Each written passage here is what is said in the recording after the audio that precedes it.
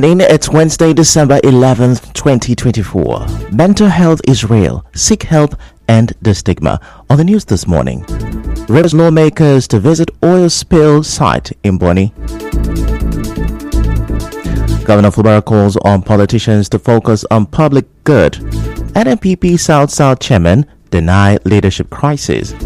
On the foreign scene, South Korea police detail this more after this break.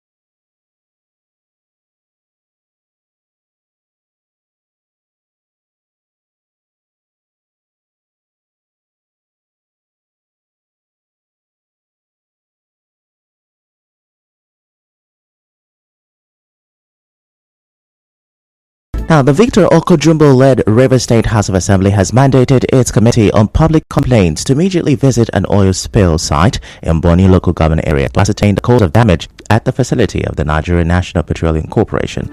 Now, he made this known at the end of the presentation of the petition to the Committee on Public Complaints shortly after yesterday's plenary.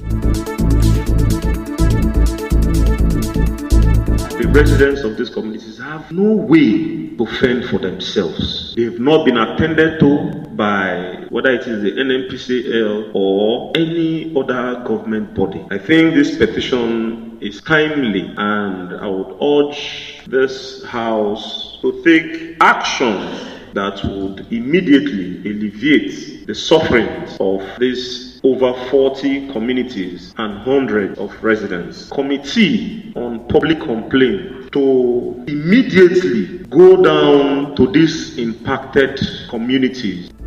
Now, earlier, the leader of the Assembly, Sokari Goodboy, presented the petition. Moving on, Rivers State Governor Siminalayi Fubara has called on politicians to move beyond narrow private interests and use politics as a tool for the broader development needs of the people. Governor Fubara made this call during the inauguration of Okcha Road and Spurs in Rumolumeni community, Obiakpo local government area on Tuesday. He, however, promised to do more in Rumolumeni community. Politics will also include attending to the need of the people. If I was an evil person, I would say I won't come here, considering the nature and the locality of this place. But because it is our duty in government to provide services, protect life and property, we had to come to make sure that our people here are happy. And to assure you that the other adjoining streets, we are going to attend to them immediately. The issue of the school that is mentioned here, I can assure you, the Commissioner for Education will immediately visit the school and take necessary action. The road was commissioned by former Senator John Mbata. Meanwhile, the chairman of Eche local government area of Rivers State, Uzodimma Nwafor, has asked the traditional leaders, political class, opinion leaders, youth, religious groups, the academia, women groups, and entire people of Eche to come out in their numbers on Wednesday to welcome Governor Siminalayi Fubara for the flag-off of the Igwe-Afara-Mba road reconstruction. Dr. Nwafor, in a statement, asked the people of Eche to come out by 10 a.m. to welcome the governor, who is also the Dikohia one of Eche land. He said the people of Eche should give the governor the hospitality and honor he deserves. In the same vein, the leadership of the Simplified Movement in Eche local government area of Rivers State has asked the traditional leaders, political class, opinion leaders, youth, religious groups, the academia, women groups, and the entire people of Eche to come out in their numbers today to welcome Governor Siminalayi Fubara for the flag-off of Igwe-Afara-Mba road reconstruction. The group, in a statement signed by the leader Ambrose Igbokwe-Muzi and the Eche Council Chairman Uzodimma Nwafor, asked the people of Eche to come out at the Afara Eche to welcome the governor, who's also the Didiko Hawan of Eche land. And the statement noted that with the new road project, the governor has once again deepened his love for Eche ethnic nationality, delivering people-oriented projects to the people. The statement urged Eche people to give the governor the hospitality and honor he deserves during the historic visit. Also, the Rivers State Commissioner for Commerce and Industry, John Ngubo Otamiri, has joined in welcoming Governor Fubara to Eche local government area for the flag-off of the Igwia Faramba Road reconstruction today by 11 a.m. Mr. Otamiri, in a statement, called on all sons and daughters of Eche to turn out in their numbers and welcome Governor Fubara, who he said has shown enormous love for the Eche people through developmental project. He noted that Eche people are happy with the governor for redefining governance and delivering the dividends of democracy across Eche and River State at large. Similarly, the Onyishi-Agworo of Great Ancient Igbo Kingdom in Eche local government area, King Samuel Amechi, has commended Governor Fubara for delivering projects that would impact positively on the lives of Eche people. King Amechi gave the commendation in a statement to welcome the governor to Eche local government as he sets to flag off the reconstruction of Igwia Faramba Road today. The Igbo monarch noted that the people of Eche are indeed grateful to Governor Fubara to further open up and connect Eche communities and reassure him of the continued support of Eche ethnic nationality towards his administration. The Onyishi-Agworo of Great Ancient Igbo Kingdom further called on Eche people to come out en masse today by 11 a.m. to welcome the governor and his entourage to Eche as they have always done. In the same vein, the Onyishi-Agworo of Okehi clan, Ezibezim Eke, has joined in welcoming Governor Fubara to Eche land for the flag-off of the Igwia Faramba Road reconstruction today. Addressing journalists at his palace in Omoga Ibodo, Ezeke praised Governor Fubara's development initiatives, describing it as strategic, citing the economic benefit for Eche ethnic nationality. He called on Eche people to reciprocate the governor's gesture by standing firm with him as he delivers projects that have a direct impact on the life of the people. Ezeke further enjoined all sons and daughters of Eche to turn out en masse to give Governor Fubara a historic welcome. Away from that now, Chairman of Ikwere Local Government Area of River State, Israel Abosi, says local vigilante group OSPAC has arrested a gang of kidnappers terrorizing the area. Speaking during his visit to the anti-cultism unit in Elele, the council chairman told journalists that the arrest was as a result of constant patrol and intelligence gathering along Prison Farm in Elele in Ikwere Local Government Area.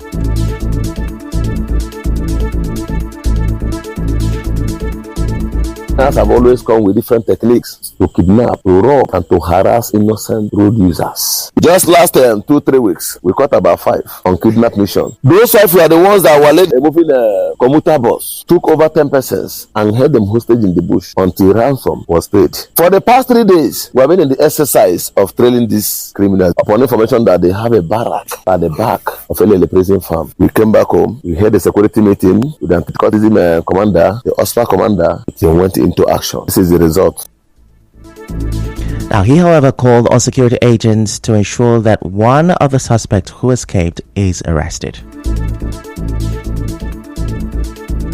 A man who is not a criminal or who claims to be innocent, what are you doing with pistol? What are you doing with locally made gun? And the one who escaped, that's his name. Cairo escaped with AK-47 that they use in operating along Elele-Shogbo Expressway. Then let it be communicated to him that a child who does not want the parents to sleep will not rest and will not have his 2 eyes closed. Also, the police anti-cultism unit commander in Elele, SP Nonso, promised to work with the Ikwere Council chairman to rid the area of kidnappers and cultists. Still to come, NMPP South chairman deny leadership crisis. Stay with us.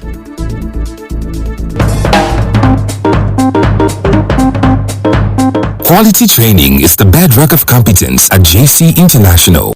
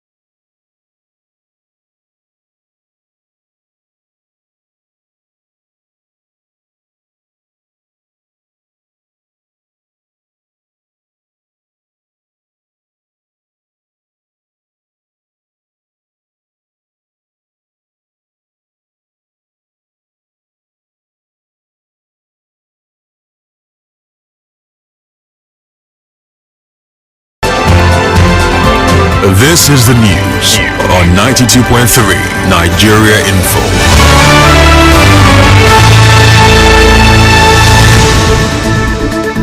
You're welcome back, and now the rest of the news.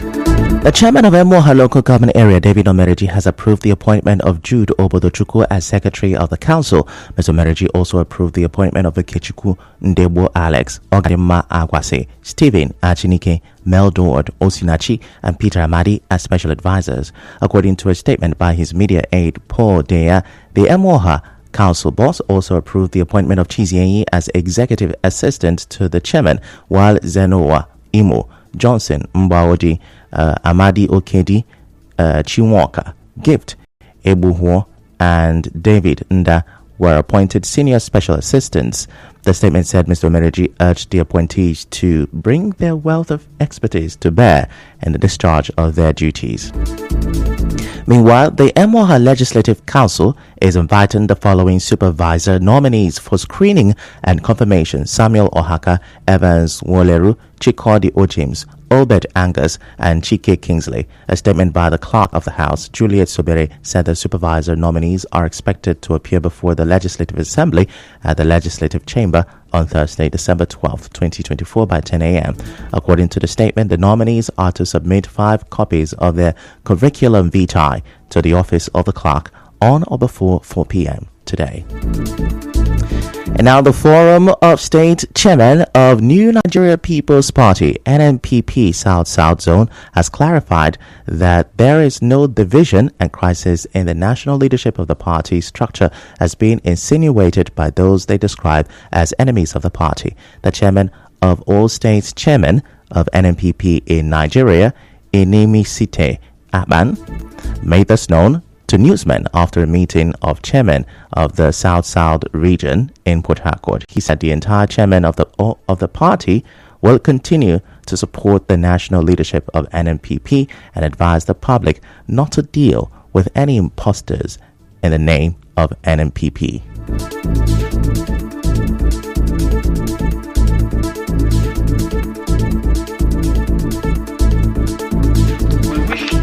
Clarify Iranian's assertion of instability and disunity within our great party, NNP. The South chairman of the New Nigerian People's in our rank, as purported by certain detractors within and out. There is no crisis. We want to there is faction within the New Nigerian People's Party. Our organizational structure remains intact with our dedicated national officer. Mr. Abban, who is also the chairman of NNPP in Akwa Ibom State, said those behind the sponsorship of the crisis in the party has since been suspended from the party.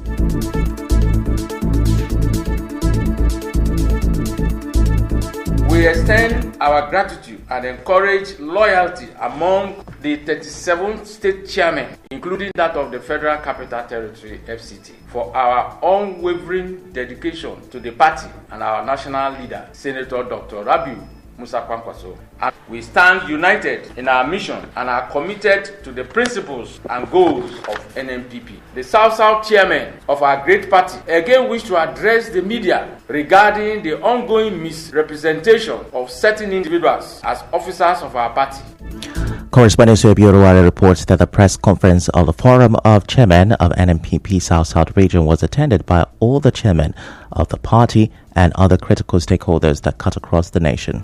Now, away from that, the paramount ruler of Evo Kingdom, King Leslie Eke, has advised the Ikwere Federated Union (IFU) to embrace brotherly love, adding that the peace is a vital foundation for development. King Eke said this during the 3rd Ikwere Economic Summit held in Port Harcourt over the weekend in Port Harcourt. The theme of the summit was self-realization of the women and youth for economic sustainability in Ikwere Nation. Speaking on peace building, the Vice Chancellor of Ignatius Ajuri University of Education, Oke Onuchukwu, who was represented by Professor Nwabweze, said building a peaceful Ikwere Federation requires collective responsibility.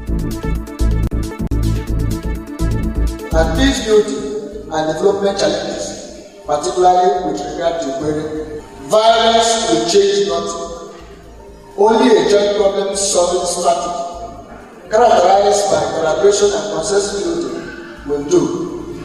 This school of thought finds support in the biblical verse where God says, "Come, Let us reason together. Isaiah 1 verse 18. On the spot, the chairman and CEO of G Empowerment Program, Grant Ofo, while delivering his keynote address, said to achieve economic sustainability, women and youth must be empowered for maximum impact. Empowering the individual is a way of making individuals take control of their life. If the individual is empowered, he takes control of his life. He won't come back to beg you tomorrow. So that is why it is very important to empower individuals. Because once you empower individuals, you empower the nation. As a people, we must deliberately create multiple opportunities for education and skill training for women and youth. That is what the G Empowerment Program. Our correspondent reports that the event was hosted by the president of Equatorial Federated Union, IFU. Highlights of the event include dancing and presentation of awards to several traditional rulers. The summit was in collaboration with Obako Equatorial Youth Assembly. And now, an oil and gas company known as Lapo Milk Energies Renewable and Gas, in collaboration with Presidential CNG Initiative, has inaugurated a CNG conversion and training center in River State. The program director of Presidential CNG Initiative, Michael Oluwabimi, during the ceremony outlined the benefits of the initiative.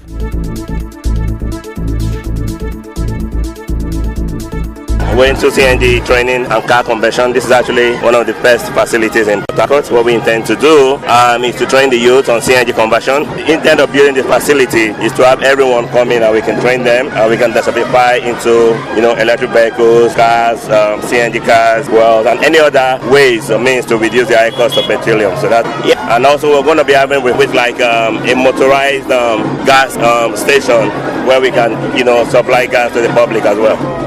Now, earlier in his welcome address, the CEO of Lapo Milk Energies, Matthew Ademola, explained what informed the construction of the conversion center in the heart of Port Harcourt. Mr. Ademola, while highlighting the gains of converting petrol cars to CNG, said his company is making effort to ensure issues of filling of the gas cylinders in cars will not pose any difficulties after being converted. The CNG Training and Conversion Center is on Rumwala Road around Rumukuta axis of Port Harcourt. Dignitaries present include the Managing Director of NDDC, Dr. Samuel Obuku, traditional rulers and captains of industry, as well as members of the Presidential CNG Initiative. In other news, the Maritime Workers Union of Nigeria haulage unit has emerged winner of the just concluded inaugural edition of the APMT WACT Super Cup Onne Port. In the final match of the football competition played at the Onne Port last Friday, the Maritime Workers Union of Nigeria haulage unit defeated the Nigerian Navy 4-1 to lift the maiden trophy. Speaking at the closing ceremony, the General Manager, Government and Public Relations of West Africa Container Terminal WACT APM Terminals, Innocent Umuji, expressed delight at the level of participation and teamwork that followed the tournament.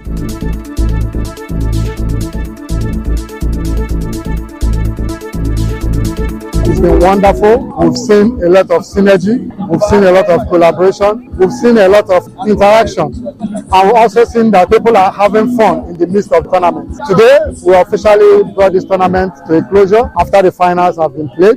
And we think we've succeeded in creating a different environment for us to engage our stakeholders. It's going to be a tournament that will be continuous. We're going to have the second edition, the third edition, fourth and onwards. And as time goes on, we'll also try to improve in areas we think we'll need to improve on. Also speaking, the port manager of Onne Port, Raymond Abdurrahman, who presented a trophy to the winners, commended WACT APM Terminal for coordinating the tournament.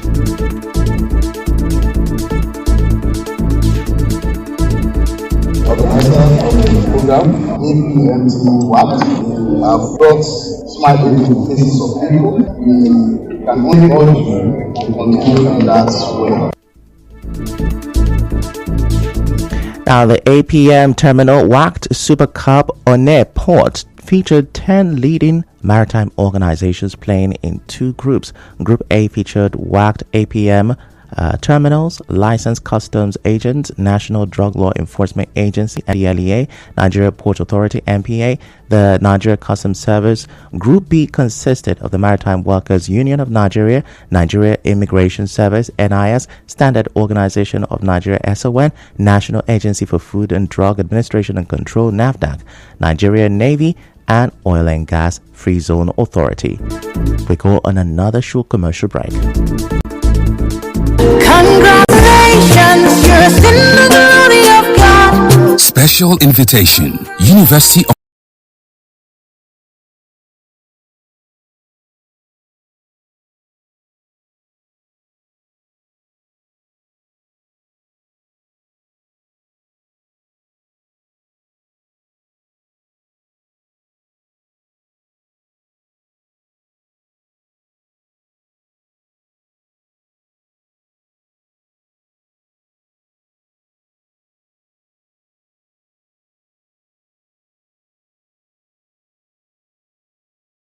are raiding the presidential office following last week's attempt by President Yoon Suk-yeol to impose martial law in the country. That's wrapping the news this morning. Before we go, let's have a look at the major stories. Rivers lawmakers plan to visit oil spill site in Bonny. Governor Fubara has promised to do more for Rumolumini community. And on the foreign scene, South Korea police have raided the presidential office over martial law attempt. The news was edited by Chioma Ezewafor. To reach the news team, send an SMS or WhatsApp to 0808-721-7215. I'm Ifechukwu Moyele. Many thanks for listening.